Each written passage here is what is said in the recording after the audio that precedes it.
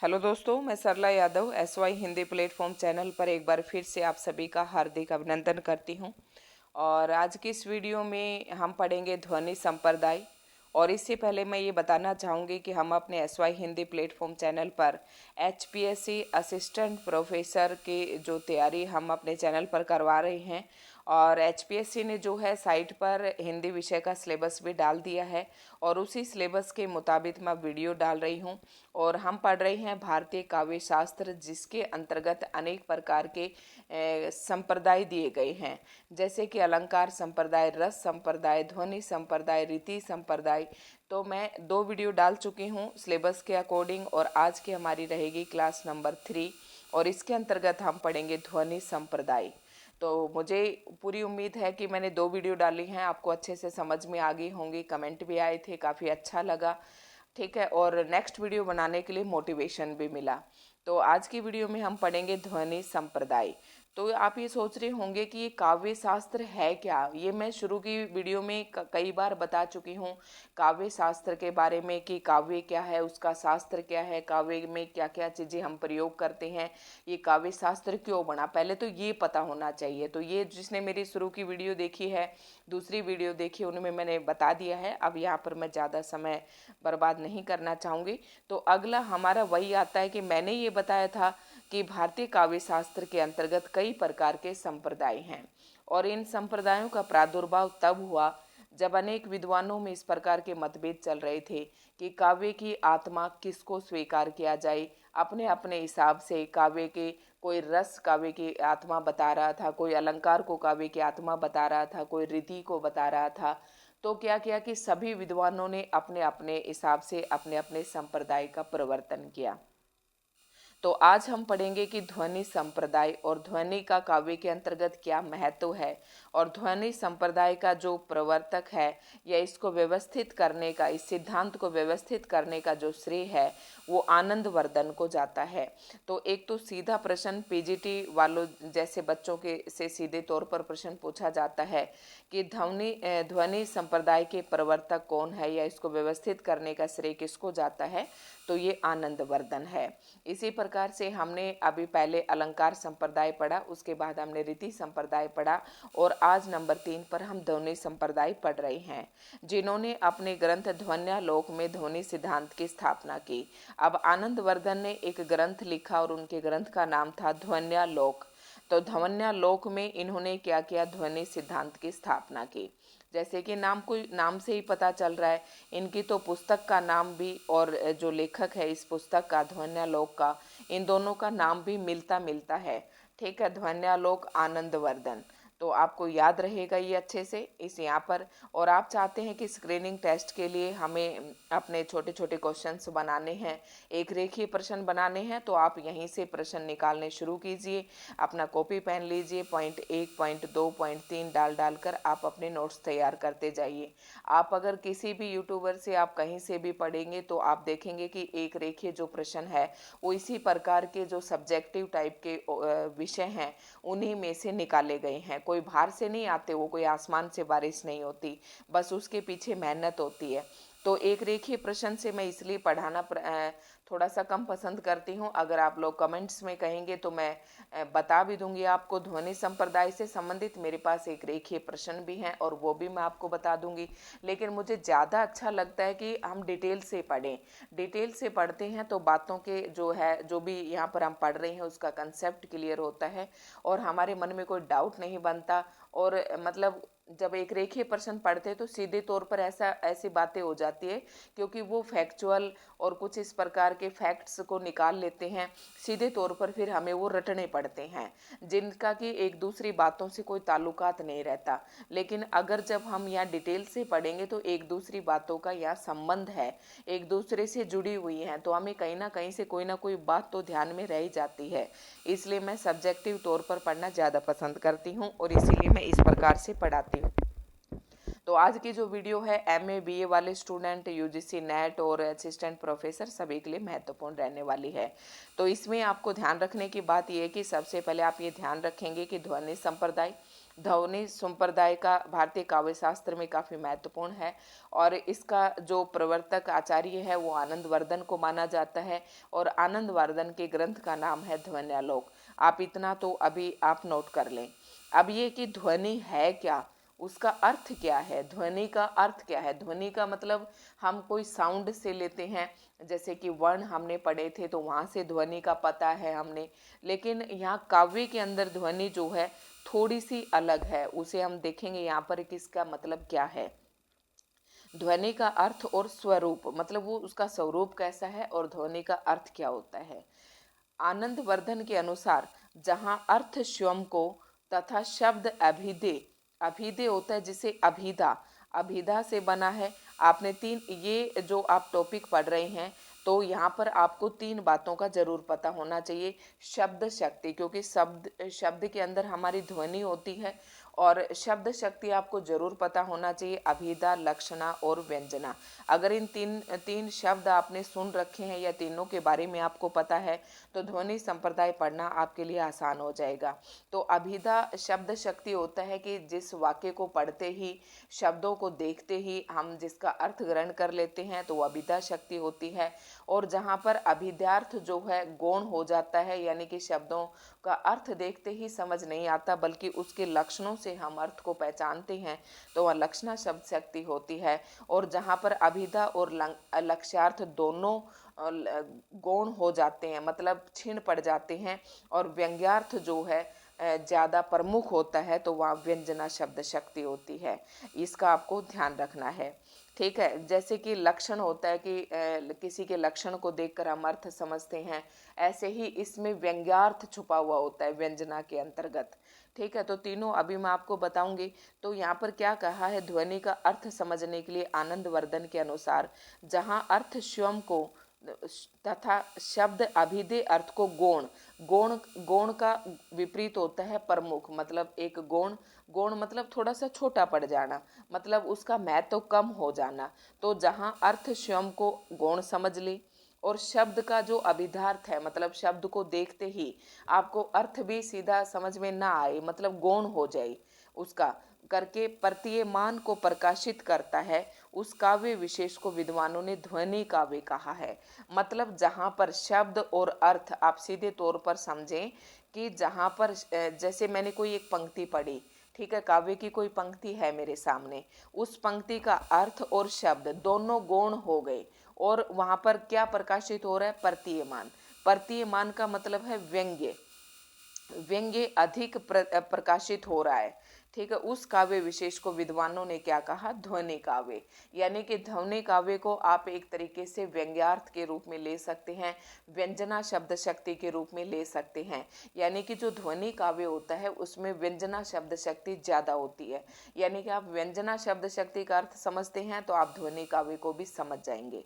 तो आप समझ गए होंगे कि जहाँ पर शब्द का अर्थ और शब्द दोनों गौण हो जाएं और प्रतीयमान ज़्यादा प्रकाशित हो, या प्रतीयमान का महत्व ज़्यादा हो, या ध्वनि का महत्व ज़्यादा हो, या व्यंग्यार्थ का महत्व ज़्यादा हो, तो उसे ही हम ध्वनि काव्य कहते हैं। ये आप अच्छे से समझ गए होंगे। इसका अभिप्राय अब हम यहाँ से देख लेते हैं। इसका अभिप्राय यह कि ध्वनि में व्यंग्यार्थ, अभी मैंने व्यंग्यार्थ बताया, व्यंग्य, कटाक्ष, आलोचना, यहाँ पर इसका मतलब कटाक्ष या आलोचना से नहीं है। इसका मतलब यह है कि उस काव्य का अर्थ ना तो हम शब्दों के माध्यम से समझ रहे हैं और ना ही हम अर्थ के माध्यम से, बल्कि कोई एक तीसरा ही अर्थ समझ रहे हैं, उसे क्या कहते हैं, व्यंग्यार्थ कहते हैं। प्रतीयमान, ठीक है, का अर्थ होना ही पर्याप्त नहीं है, अपितु प्रतीयमान का अर्थ वाच्यार्थ से अधिक महत्वपूर्ण होना भी आवश्यक है। तो यहाँ आप समझ गए होंगे, ये शब्द शक्तियाँ अगर आपने पढ़ी हैं, वाच्यार्थ, लक्ष्यार्थ और फिर क्या आता है, व्यंग्यार्थ, तो ये वही तीनों चीज़ें हैं, व्यंग्यार्थ, ठीक है, ये वही तीनों चीज़ें हैं। तो जहाँ वाच्यार्थ और लक्ष्यार्थ से भी ज़्यादा महत्व किसका होता है, व्यंग्यार्थ का होता है, तो वहीं पर ध्वनि होती है।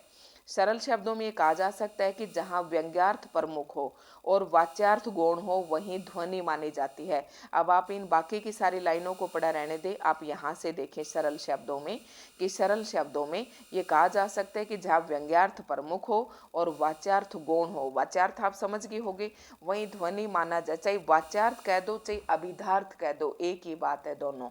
उदाहरण के लिए एक दोहा देखिए, देखो एक ये दोहा दिया गया है, माली आवत देख के कलिहन करी पुकार, फूली फूली चुन लई काल हमारी बार। अब देखो यहाँ पर आप देखकर क्या समझ रही हैं, यहाँ माली और कली वाला जो अर्थ है ये वाच्यार्थ है, मतलब माली और कली का तो देखकर आपको अर्थ समझ में आ रहा है। जो गौण है ये तो दोनों गौण है, जबकि जीवन की क्षणभंगुरता को व्यंजित करने वाला अर्थ व्यंग्यार्थ है। यहाँ पर आपने तो सीधे तौर पर अगर इसका मतलब ये समझा है कि फूल खिले हुए हैं और फूल तोड़ लिए और बाकी जो कलियां हैं वो ये समझ रही हैं कि कल हमारी बारी है, लेकिन यार इसके पीछे एक व्यंग्यार्थ छुपा हुआ है, अर्थात जीवन को क्षणभंगुर बताया गया है। आज किसी और की बारी है, आज किसी और की मृत्यु है, कल किसी और की मृत्यु होगी, तो मतलब जिसने जन्म लिया है उसकी मृत्यु निश्चित है। तो ये इसमें व्यंग्यार्थ छुपा हुआ है और वही प्रमुख भी है। व्यंग्यार्थ की प्रमुखता के कारण ये ध्वनि काव्य का उदाहरण है। तो आप समझ गए होंगे ये किसका है, ध्वनि काव्य का। तो माली और कली वाला अर्थ वाच्यार्थ है जो गौण है, माली और कली को तो आप समझ गए, और ये वाच्यार्थ है, और वाच्यार्थ और अभिधार्थ एक होते हैं। और मैंने बताया था जिसका शब्दों को देखते ही आपको अर्थ समझ में आ जाए वो वाच्यार्थ है। तो यह माली और कली का तो आपको अर्थ समझ में आ रहा है, लेकिन फूली फूली चुन लई कल हमारी बार, मतलब आज जो है जिसका समय आ गया उस आदमी की मौत निश्चित है, वो उसकी मृत्यु हो गई, और कल पता नहीं किसकी निश्चित है। तो ये इसके अंदर और बहुत सारा मतलब व्यंग्य छुपा हुआ है।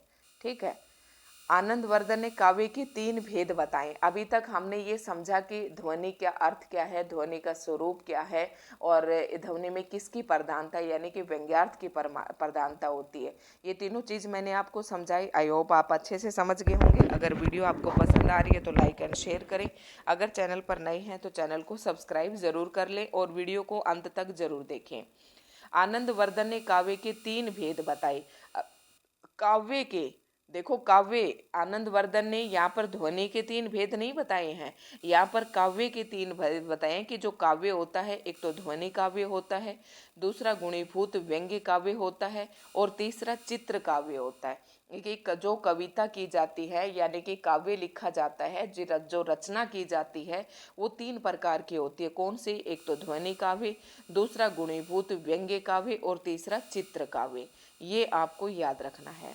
जहाँ व्यंग्यार्थ वाच्यार्थ से सुंदर हो वहाँ ध्वनि काव्य होता है। ध्वनि काव्य क्या होता है?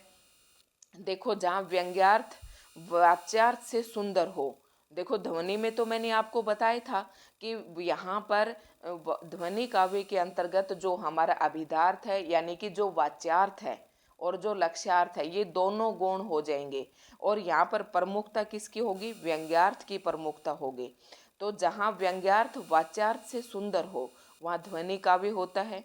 जहाँ वाच्यार्थ की तुलना में व्यंग्यार्थ कम सुंदर हो, इसमें क्या है, यहाँ पर तो व्यंग्यार्थ सबसे ज़्यादा सुंदर मिलेगा, यानी कि व्यंग्यार्थ प्रमुख होगा और वाच्यार्थ गौण होगा।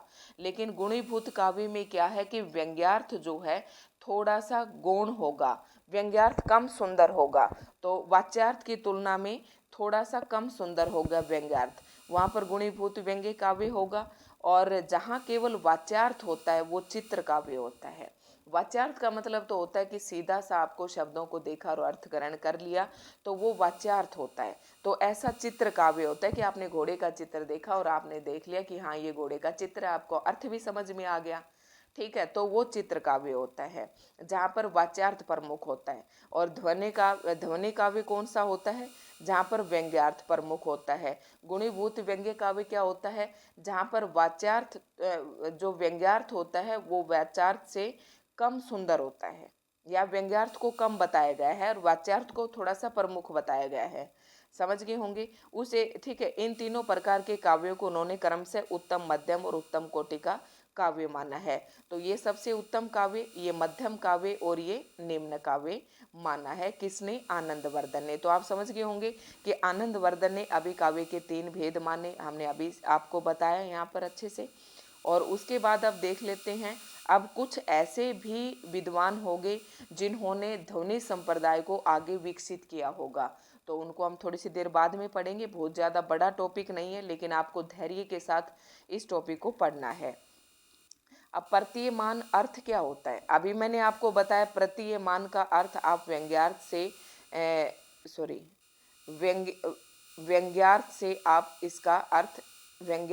आप इसका अर्थ ले सकते हैं। ठीक है, व्यंग्यार्थ से। तो प्रतीयमान क्या होता है? काव्य शास्त्र में 3 शब्द शक्तियों का उल्लेख किया गया है। देखो अभी बता देती हूँ आपको। अब मैंने बहुत ही आसान मैटर आपके लिए चूज किया है, बहुत ही आसान लैंग्वेज में है, ताकि आप आसानी से समझ सके। अभिधा, लक्षणा और व्यंजना, मैंने अभी आपको बताया था, इनमें से व्यंजना का संबंध ध्वनि से है। मैंने आपको बताया था कि अभिधा, लक्षणा और व्यंजना अगर ये आपने पढ़ी हैं तो आपको जो व्यंजना है वही हमारा प्रतीयमान है और वही हमारी ध्वनि है। तीनों आप समझ गए होंगे, चाहे प्रतीयमान कहे, चाहे ध्वनि कहे, चाहे व्यंग्यार्थ कहे, तीनों एक ही बात है। व्यंजना वह शब्द शक्ति है जो मुख्यार्थ या लक्ष्यार्थ के झीने पर्दे में छिपे हुए व्यंग्यार्थ को स्पष्ट कर काव्य के वास्तविक लावण्य को व्यक्त करती है। मतलब व्यंजना शब्द शक्ति जहाँ प्रधान होती है वहाँ पर मुख्यार्थ या लक्ष्यार्थ गौण हो जाते हैं, उनका महत्व कम हो जाता है। ठीक है, और फिर उन्हीं के पर्दे में से जो व्यंग्यार्थ है वह स्पष्ट दिखाई देता है। व्यंजना से व्यक्त अर्थ को व्यंग्यार्थ या प्रतीयमान अर्थ कहा जाता है, और व्यंजना से जो अर्थ प्रकट होता है उसे व्यंग्यार्थ कहा जाता है या प्रतीयमान अर्थ कहा जाता है। आनंदवर्धन ने प्रतीयमान अर्थ की प्रशंसा करते हुए इसे ही काव्य की आत्मा स्वीकार किया। अब मैंने आपको बताया था कि विभिन्न प्रकार के संप्रदायों का प्रादुर्भाव कब हुआ? जब अनेक प्रकार के विद्वान, जब काव्य की आत्मा का संधान किया जा रहा था कि किसे काव्य की आत्मा स्वीकार किया जाए, अनेक विद्वान अपने अपने तरीके से अलग अलग काव्य की आत्मा स्वीकार कर रहे थे। कोई रस को स्वीकार कर रहे थे, कोई अलंकार को, कोई ध्वनि को। ठीक है, तो इन्होंने, आनंदवर्धन ने किसको स्वीकार किया? आनंदवर्धन ने प्रतीयमान जो है उसे ही किसका, हम ध्वनि संपर्क काव्य की आत्मा को स्वीकार किया। ठीक है, अब इनके संबंध में इन्होंने 2 पंक्तियां की, आप इसे ना पढ़ें तो ही ये सही है। ठीक है, उसके बाद आता है ध्वनि संप्रदाय का विकास। अब आता है, जैसे कि हमने अलंकार संप्रदाय पढ़ा था, उसमें अनेक प्रकार के हमने विद्वानों के नाम पढ़े थे कि जैसे भामा है, दंडी है, वामन है, रुद्रट है, उद्भट है। इन्होंने अलंकार के बारे में क्या क्या अपनी व्याख्या दी। तो उसी प्रकार से ध्वनि संप्रदाय को भी विकसित करने वाले कुछ विद्वान हैं, ठीक है, जिन्होंने अपनी राय दी ध्वनि के बारे में, या ध्वनि को महत्व देते हैं, या ध्वनि को कहीं ना कहीं काव्य के लिए आवश्यक मानते हैं। तो उनमें सबसे पहला नाम है आनंदवर्धन का। तो आनंदवर्धन तो है ही इस ध्वनि संप्रदाय के प्रवर्तक। तो इन्होंने क्या कहा कि आनंदवर्धन ने अपने ग्रंथ ध्वन्यालोक में ध्वनि सिद्धांत का विस्तृत विवेचन करते हुए ध्वनि को काव्य की आत्मा सिद्ध किया। तो सीधी सी बात है कि आनंदवर्धन तो अपने ध्वन्यालोक पुस्तक में काव्य की जो आत्मा है ध्वनि को ही मानेंगे। व्यंजना को ध्वनि का आधारभूत तत्व मानते हुए, देखो मैं फिर से कह रही हूँ, व्यंजना को ध्वनि का आधारभूत, ध्वनि का जो आधारभूत तत्व है वो किसको माना गया है? व्यंजना को, अर्थात व्यंग्यार्थ को। आनंदवर्धन ने व्यंजना के मूल में अभिधा और लक्षणा दोनों शब्द शक्तियों को माना है। क्या कहा है? देखो पूरी लाइन फिर से पढ़ते हैं। व्यंजना को ध्वनि का आधारभूत तत्व मानते हुए आनंदवर्धन ने व्यंजना के मूल में, व्यंजना ये नहीं कि उन्होंने अभिधा और लक्षणा को बिल्कुल बेकार बता दिया, नहीं, इन्होंने ये कहा कि व्यंजना के मूल में दोनों शक्तियों का हाथ है। कौन कौन सी का? अभिधा और लक्षणा, दोनों शब्द शक्तियों को व्यंजना के मूल स्वीकार किया है, मतलब जड़ को स्वीकार किया है, जड़ के रूप में। और इसी आधार पर उन्होंने ध्वनि के 2 भेद किए हैं, अभिधा मूलक ध्वनि और लक्षणा मूलक ध्वनि। अब देखो इन्होंने ध्वनि के 2 भेद किए, किसने? आनंदवर्धन ने। कौन से 2 भेद? अभिधा मूलक ध्वनि और लक्षणा मूलक ध्वनि। क्यों? क्योंकि इन्होंने अभिधा और लक्षणा दोनों ही ध्वनि शब्द शक्तियों को व्यंजना शब्द शक्ति की जड़ माना है। ठीक है। आनंदवर्धन अलंकार रस रीति आदि सभी के मूल में ध्वनि को स्वीकार करते हैं और ध्वनि काव्य को ही उत्तम काव्य मानते हैं। तो ये आनंदवर्धन का मत था, शायद आपको अच्छे से समझ में आ गया होगा। अब हम पढ़ेंगे कि अभिनव गुप्त ने क्या कहा ध्वनि के बारे में। सबसे पहले आपको अभिनव गुप्त के द्वारा रचित जो ग्रंथ है उसको आपको ध्यान में होना चाहिए। प्रश्न सीधे तौर पर पूछा जाता है। ध्वन्यालोक लोचन इनके ग्रंथ का नाम है।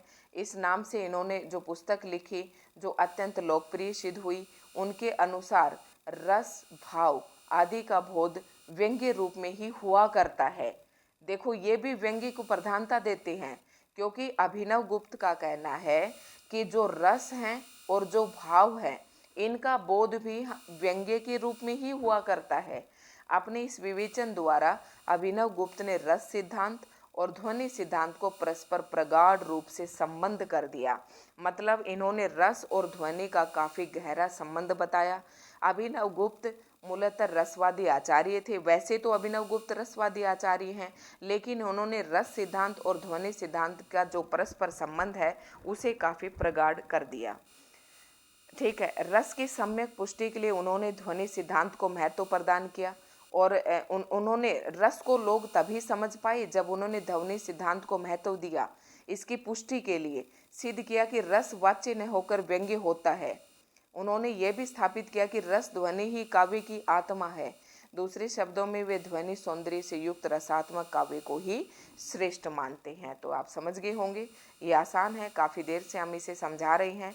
तीसरा आता है मम्मट, जिन्होंने ध्वनि संप्रदाय को विकास में अपना योगदान दिया। पहला आनंदवर्धन था और दूसरा मैंने आपको बताया अभी आनंदवर्धन के बाद अभिनव गुप्त, आनंद अभिनव गुप्त। उसके बाद आता है आचार्य मम्मट। मम्मट का काव्य शास्त्र में महत्वपूर्ण योगदान है। वे एक सुलझे हुए प्रतिभाशाली आचार्य थे। यद्यपि उन्हें रसवादी आचार्य माना जाता है, अभिनव गुप्त को भी रसवादी आचार्य माना जाता है और मम्मट को भी रसवादी आचार्य माना जाता है। जब हम रस पढ़ेंगे तो ध्यान रखना है। तथापि वे ध्वनि सिद्धांत के भी प्रबल पक्षधर थे। ध्वनि सिद्धांत के विरोधियों ने ध्वनि के विरोध में जो तर्क दिए थे, मम्मट ने उनका विद्वत्तापूर्ण ढंग से खंडन किया। देखो, समझ गए होंगे, आसान लैंग्वेज है। इस प्रकार ध्वनि सिद्धांत को सुदृढ़ आधार प्रदान किया, इसलिए मम्मट को ध्वनि प्रस्थापन ब्रह्माचार्य भी कहा जाता है।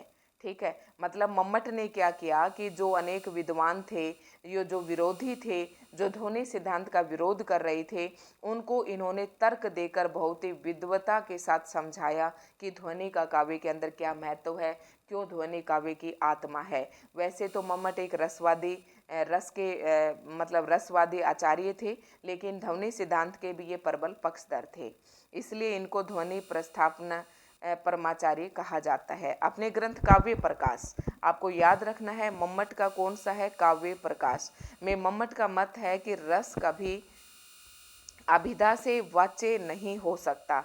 अभिधा से वाच्य नहीं हो सकता, इससे स्पष्ट है कि रस की प्रतीति मतलब रस को अनुभव, रस की प्रतीति के लिए व्यंजना का अस्तित्व मानना आवश्यक है। मम्मट ने व्यंजना शक्ति की सत्ता को स्वीकार किया। ध्वनिवादी आचार्यों की मान्यताओं में एक रूपता लाने का ऐतिहासिक कार्य संपन्न किया। तो आप समझ गए होंगे, इन्होंने भी व्यंजना शब्द शक्ति की सत्ता को स्वीकार किया। और अब आते हैं ये तीन जो आचार्य थे, मम्मट, आनंदवर्धन और अभिनव गुप्त, इन तीनों ने ध्वनि संप्रदाय को विकसित करने में अपना महत्वपूर्ण योगदान दिया। और अब हम पढ़ेंगे ध्वनि के भेद। तो ये आपको पता है कि हम ध्वनि संप्रदाय पढ़ रहे हैं। आनंदवर्धन ने 2 प्रकार की ध्वनि बताई हैं, हम पीछे भी पढ़ चुके हैं, अभिधामूलक ध्वनि और लक्षणामूलक ध्वनि।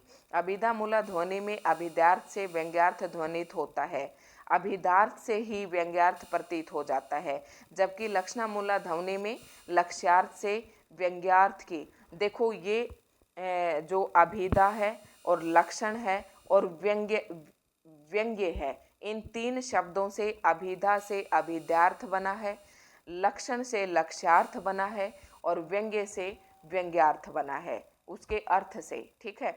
व्यंग्यार्थ की प्रतीति होती है। लक्षणामूलक ध्वनि से लक्ष्यार्थ से मतलब इस शब्द शक्ति के अंदर तो अभिधा से अभिधार्थ से, अभिधा के अर्थ से व्यंग्यार्थ की प्रतीति होगी, यानी कि व्यंग्यार्थ को समझेंगे।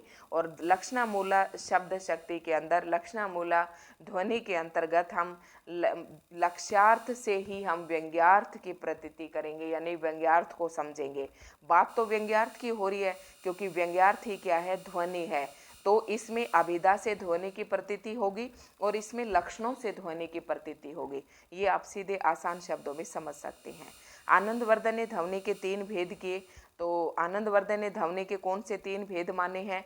एक तो रस ध्वनि, अलंकार ध्वनि और वस्तु ध्वनि। इनमें से रस ध्वनि को ध्वनि संप्रदाय में सर्वाधिक महत्वपूर्ण स्थान दिया। वस्तु ध्वनि में कथ्य और व्यंग्य रूप में होता है। कथ्य जो होता है वो व्यंग्य रूप में होता है तथा वाच्यार्थ के माध्यम से व्यंग्यार्थ का बोध होता है। बात वही है जो हमने अभी थोड़ी देर पहले पढ़ा है। अलंकार ध्वनि क्या है?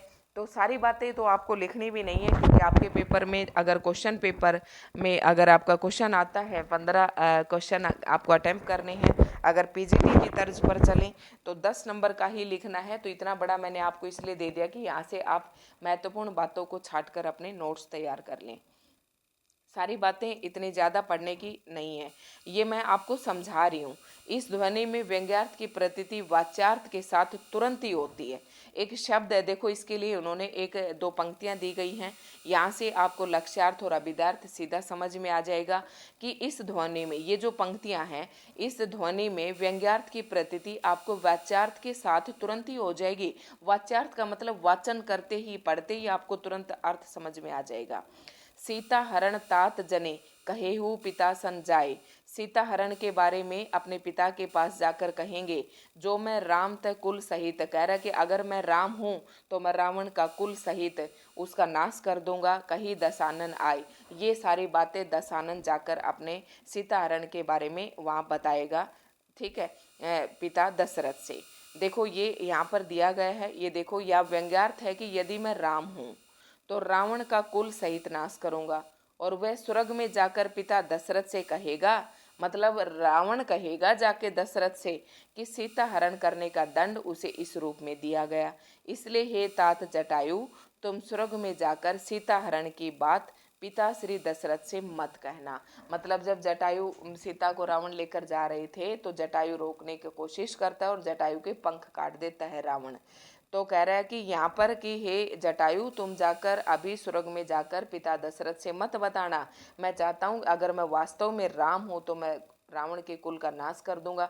यहाँ आपको पढ़ते ही देखो, हमें इसका अर्थ समझने से मतलब ये है कि ये पंक्तियाँ देखते ही हमें इनका अर्थ समझ में आ रहा है, ठीक है, तो आप समझ गए होंगे। रस ध्वनि ही काव्य में सर्वश्रेष्ठ मानी गई है। तो ये अब हम पढ़ते हैं काव्य की आत्मा क्या है। काव्य की आत्मा ध्वनि, ठीक है। तो आनंदवर्धन ने तो काव्य की आत्मा किसको माना? ध्वनि को माना है। ध्वनि सिद्धांत निश्चय ही अलंकार, रीति, वक्रोक्ति सिद्धांतों से अधिक व्यापक है तथा इसका विवेचन भी सूक्ष्माति सूक्ष्म रूप से किया गया। ध्वनि को काव्य का प्राण तत्व स्वीकार करते हुए ध्वनि संप्रदाय के प्रवर्तक आचार्य आनंदवर्धन कहते हैं। तो मतलब क्या है कि काव्य की आत्मा ध्वनि को किसने स्वीकार किया? आनंदवर्धन ने। और आनंदवर्धन ध्वनि को काव्य की आत्मा स्वीकार करते हुए क्या कहते हैं? काव्य से आत्मा ध्वनि रीति है, अर्थात काव्य की आत्मा ध्वनि है। अन्य आचार्यों ने ध्वनि को रस व्यंजना का माध्यम मात्र माना है। रस व्यंजना माना है कि रसों के लिए हम व्यंजना का प्रयोग करते हैं, वे ध्वनि के स्थान पर रस को वरीयता देते हैं। जबकि इसने आनंदवर्धन ने किसको, काव्य की आत्मा किसको माना है? ध्वनि को माना है। तो आनंदवर्धन ने भी रस ध्वनि को सर्वश्रेष्ठ माना है। और ये आप सारी बातें समझ गए होंगे। बस ये आज के इसमें इतना ही था। तो आपको दोस्तों आज की वीडियो आपको कैसी लगी? अगर अच्छी लगी हो तो लाइक एंड शेयर करें, और चैनल पर नए हैं तो चैनल को सब्सक्राइब ज़रूर कर लें। और आप चाहते हैं हमारे साथ असिस्टेंट प्रोफेसर की मिलकर तैयारी करें तो आप चैनल को सब्सक्राइब कर लें, बेल आइकन को प्रेस कर लें, वीडियो को ज़्यादा से ज़्यादा शेयर करें। धन्यवाद।